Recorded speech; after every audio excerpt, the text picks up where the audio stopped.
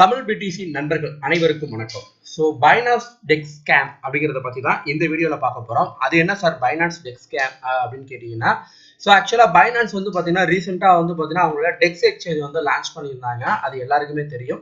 So இப்போ வந்து பார்த்தீங்கன்னா தேங்க்ஸ் கிவிங் டே அப்படின்னு சொல்லிட்டு ஒரு ஈவெண்ட் வந்து போயிட்டு இருக்கு. அதெல்லாம் விடுங்க. இப்போ டெலகிராமில் வந்து பார்த்தீங்கன்னா பைனான்ஸ் டெக்ஸ் கிவ்அவே சாம்பியன் அப்படின்னு சொல்லிட்டு ஒரு குரூப் இருக்கு. அந்த குரூப்ல வந்து யார் என்ன ஆட் பண்ணாங்க அப்படிங்கிறது தெரியல. பட் இந்த குரூப்ல வந்து பார்த்தீங்கன்னா பெரிய ஸ்கேம் வந்து போயிட்டு இருக்கு அப்படிங்கிறது தான் மெயினான விஷயம். கிட்டத்தட்ட வந்து ஒரு 100 பேர் வந்து இந்த ஸ்கேம்ல இருப்பாங்க அப்படின்னு நான் நினைக்கிறேன். ஸோ ஒரு 5000 பேர் வந்து பார்த்தீங்கன்னா என்னன்னே தெரியாம என்ன மாதிரி வந்து பார்த்தீங்கன்னா இந்த குரூப்குள்ள உட்காந்துருக்கோம். ஓகே, இப்போ இங்க என்ன நடந்துச்சு அப்படின்னு கேட்டுக்கீங்க. ஸோ இப்போ இவங்க என்ன பண்ணிருக்காங்க, அந்த டெலகிராம் குரூப்ல வந்து ஒரு பின்டு மெசேஜ் வச்சிருக்காங்க. ஸோ இந்த பின்னோட மெசேஜ்ல வந்து பார்த்தீங்கன்னா ஒரு இன்ஃபர்மேஷன் சொல்றாங்க. ஸோ பைனான்ஸ்ல வந்து பார்த்தீங்கன்னா இந்த டெக்ஸ் லான்ச் பண்ணதுக்காக நாங்கள் வந்து ஒரு ஸ்பெஷல் கிவ்அவே வந்து கொடுக்குறோம் அப்படின்னு சொல்லிட்டு இது பண்ணியிருக்காங்க. ஸோ அதுக்கான ஒரு லிங்க்கும் வந்து கொடுத்துருக்காங்க. ஸோ இந்த லிங்கே வந்து பார்த்தீங்கன்னா ஃபர்ஸ்டே நீங்க வந்து நோட்டீஸ் பண்ணீங்க அப்படின்னா ஈஸியா வந்து கண்டுபிடிச்சிடலாம். ஸோ binance-dexcompetition.com அப்படின்னு சொல்லிட்டு இங்க இருக்கு. ஸோ இதுலயே நீங்க தெரிஞ்சுக்கலாம் ஆக்சுவலா வந்து இது ஸ்கேம் வெப்சைட் அப்படிங்கிறது. ஏன்னா பைனான்ஸோட டெக்ஸ் வெப்சைட்டுக்கு வந்து பார்த்தீங்கன்னா இந்த மாதிரி வந்து லிங்க் கிடையாது. ஓகேவா, அதுவும் நீங்க அண்டர்ஸ்டாண்ட் பண்ணி.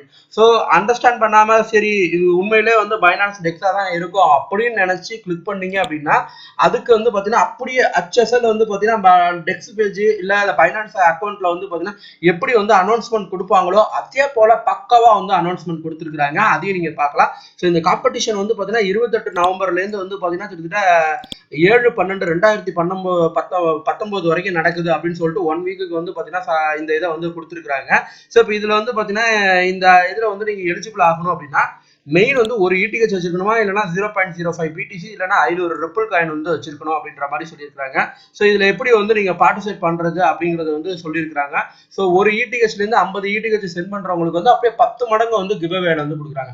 ஸோ இந்த மாதிரி வந்து பாத்தீங்கன்னா எந்த கிவ்அவேலையும் கொடுக்க மாட்டாங்க. அதை நல்லா ஞாபகம் வச்சுக்கோங்க. நீங்க இவ்வளவு இன்வெஸ்ட் பண்ணீங்க அப்படின்னா இவ்வளவு தரோம் அப்படின்னாலே அது ஸ்கேம். அது முதல்ல நீங்க ஞாபகம் வச்சுக்கணும். ஸோ இங்க என்ன சொல்றான் அப்படின்னா ஒரு ETH நீங்க சென்ட் பண்ணீங்கன்னா உங்களுக்கு வந்து ஏர்ட்ராப்ல 10 ETH கிடைக்குமா. இதெல்லாம் வந்து என்ன சொல்றது, நம்மளுடைய ஆசையை வந்து தூண்டுறதுக்கான ஒரு விஷயம். ஓகேவா. ஸோ இதையும் தாண்டி வந்து சில பேர் வந்து அனுப்புறோம் அப்படின்னா அது நம்ம பணம் போனதுக்கு அவ்வளவுதான், அதுக்கு நம்மளே தான் பொறுப்பு அப்படிங்கிற மாதிரி ஆயிடும். ஸோ இப்போ இங்க என்ன பண்றாங்க அப்படின்னா இதுல எல்லாத்தையும் அப்படியே ஒரு என்ன சொல்றது பைனான்ஸ் எக்ஸ்சேஞ்சில் இருக்கிற மாதிரியான எல்லா விஷயங்களையும் வந்து கொடுத்துட்டாங்க. இதுல வந்து கமாண்ட்ஸ் வேற ஆட்டோ கமாண்ட்ஸ் வந்து போட்டு வச்சிருக்காங்க. ஸோ இதுல வந்து எல்லாருக்கும் வந்து கிடைச்சிருச்சு, அப்படி கிடைச்சிருச்சு, இப்படி கிடைச்சிருச்சு, எனக்கு இது வந்துருச்சு அது வந்துருச்சுன்னு. ஸோ இங்க இருக்கக்கூடிய எல்லா யூசர் ஐடியுமே வந்து ஸ்கேம் யூசர் ஐடி. அதை முதல்ல ஞாபகம் வச்சுங்க. இந்த யூசர் ஐடி எதுவுமே வந்து பாத்தீங்கன்னா ஒரிஜினல் கிடையாது. ஸோ அதை வந்து முதல்ல நீங்க அண்டர்ஸ்டாண்ட் பண்ணிக்கணும். ஸோ இது வந்து ஒரு குரூப் ஆஃப் பீப்புள் வந்து சேர்ந்து தான் வந்து இந்த மாதிரி வந்து ஒரு ஸ்கேம் வந்து பண்றாங்க அப்படிங்கிறது ஞாபகம் வச்சுங்க. ஸோ இப்போ இதுல வந்து நான் வந்து பார்ட்டிசிபேட் பண்ணணும் அப்படின்னா இதை கிளிக் பண்ணுங்க அப்படின்னு சொல்றான். உடனே வந்து பாத்தீங்கன்னா பைனான்ஸ்ல இருந்து வந்து பாத்தீங்கன்னா நமக்கு வந்து ஒரு அட்ரஸ் கொடுக்குற மாதிரி. இப்போ நீங்க 1 BTC கொடுத்தீங்கன்னா எக்ஸ்ட்ரா வந்து 10% கான்ட்ரிபியூஷனா. ஸோ இப்போ இந்த அட்ரஸ்க்கு வந்து அனுப்ப சொல்றாங்க. ஸோ இப்போ இந்த அட்ரஸ் வந்து பார்த்தீங்கன்னா கிட்டத்தட்ட வந்து பார்த்தீங்கன்னா 5000 பேர் வந்து பார்த்தீங்கன்னா ஏற்கனவே வந்து பார்ட்டிசிபேட் பண்ணியிருக்காங்க. நீங்களும் வந்து பார்ட்டிசிபேட் பண்ணிக்கிங்க அப்படின்னு சொல்லிட்டு அதுக்கான டிரான்சாக்ஷன் எல்லாமே வந்து போட்டு காட்டியிருக்காங்க பாருங்க. ஸோ இப்போ இதுதான் வந்து பார்த்தீங்கன்னா அதாவது அட்ரஸ் வந்து நீங்க பார்த்தீங்கன்னா உங்களுக்கே தெரியும் 38 ஸோ 38 இந்த அட்ரஸ் நம்ம செக் அவுட் பண்ணி பார்ப்போம் என்ன இதுன்ட்டு. இங்க இருக்கிறதுல எதுவுமே நம்ம கிளிக் பண்ணா எதுவுமே போக மாட்டேங்குது. அது மாதிரி ஞாபகம் வச்சுங்க. இது எதுவுமே வந்து பார்த்தீங்கன்னா ஒரிஜினல் டிரான்சாக்ஷன்ஸ் கிடையாது. ஓகேவா, எல்லாமே வந்து டூப்ளிகேட்டா வந்து பார்த்தீங்கன்னா ஒரு ஃபேக்காவே வந்து கிரியேட் பண்ணியிருக்காங்க. அதை முதல்ல ஞாபகம் வச்சுங்க. ஸோ டிரான்சாக்ஷன் அப்படியே நடந்துகிட்டு இருக்கு. இந்த பிளாக்ல இதாயிடுச்சு அது ஆயிடுச்சு அப்படிங்கிற மாதிரி கன்ஃபர்மேஷன் இத்தனை ETH போயிடுச்சு, இத்தனை டிரான்சாக்ஷன் நடந்துருச்சு அப்படின்னு சொல்லிட்டு இவங்க வந்து எல்லாம் பண்ணிட்டு இருக்காங்க. பட் இது எல்லாமே வந்து முழுக்க ஸ்கேம் அப்படிங்கிறத முதல்ல ஞாபகம் வச்சுக்கணும். ஸோ வேணா நம்ம பிளாக் செயின்லயே வந்து இந்த அட்ரஸை செக் பண்ணி பார்க்கலாம். ஸோ என்ன மாதிரி நடந்திருக்கு அப்படின்னு சொல்லிட்டு.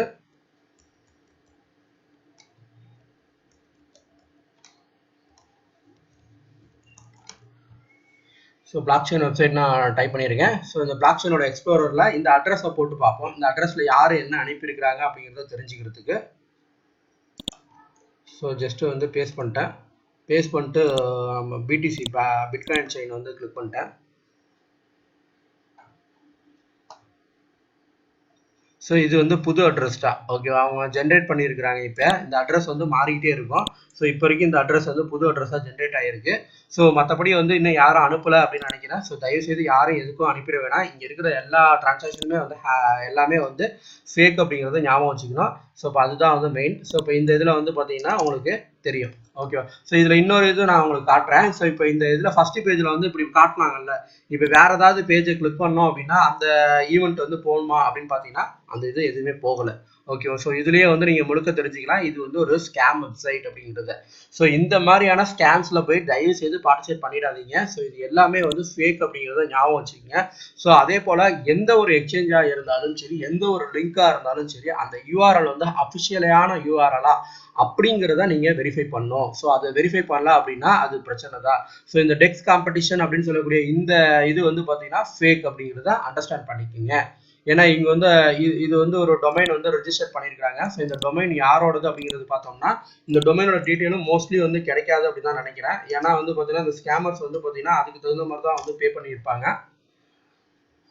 ஹூ இஸ் ரெக்கார்ட்ல வந்து நம்ம போட்டு பார்க்கலாம் இந்த டொமைன் யாரோடது அப்படின்னு சொல்லிட்டு.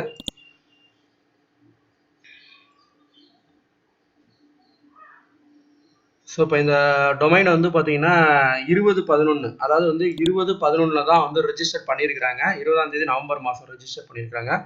ரெஜிஸ்ட்ரேஷன் நான் ஏற்கனவே சொன்ன மாதிரி ஹூயிஸ் கார்டு வந்து ப்ரொடெக்ட் பண்ணியிருக்காங்க. ஸோ பனாமா கண்ட்ரிலேருந்து தான் வந்து பார்த்தீங்கன்னா ஆப்ரேட் ஆகுது அப்படின்ற மாதிரி சொல்லியிருக்கிறாங்க. ஸோ இது முழுக்க ஸ்கேம் அப்படிங்கிறத ஞாபகம் வச்சுக்கோங்க. இந்த மாதிரி ஸ்கேம்ஸ்ல போயிட்டு நீங்க இன்வால்வ் ஆயிடாதீங்க. அதே போல யாராவது பிடிசி கேட்குறாங்க, அவங்க இதை கேட்டாங்கன்னா இப்படி கொடுத்தா அப்படி கொடுக்குறாங்க. ஒரு எக்ஸ்சேஞ்சில் எனக்கு ப்ராப்ளம் ஆயிடுச்சு, அந்த எக்ஸ்சேஞ்சில் வந்து அந்த ப்ராப்ளத்தை சொல்யூஷன் சரி பண்றதுக்கு வந்து அவங்க வந்து என்கிட்ட வந்து ஃபீஸ் கேட்டாங்க, அதை கொடுத்தாதான் எனக்கு வந்து அந்த ப்ராப்ளம் சால்வ் ஆகும் அப்படின்னாங்க.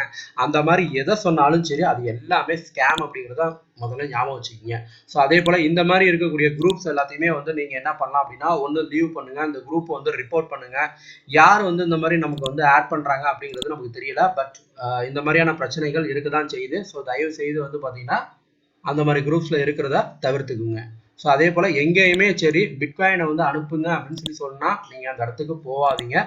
ஸோ அதுதான் வந்து மெயினான விஷயம். அந்த மாதிரி போனோம் அப்படின்னா நமக்கு அது ஏகப்பட்ட பிரச்சனைகளை தான் உண்டாக்கும்.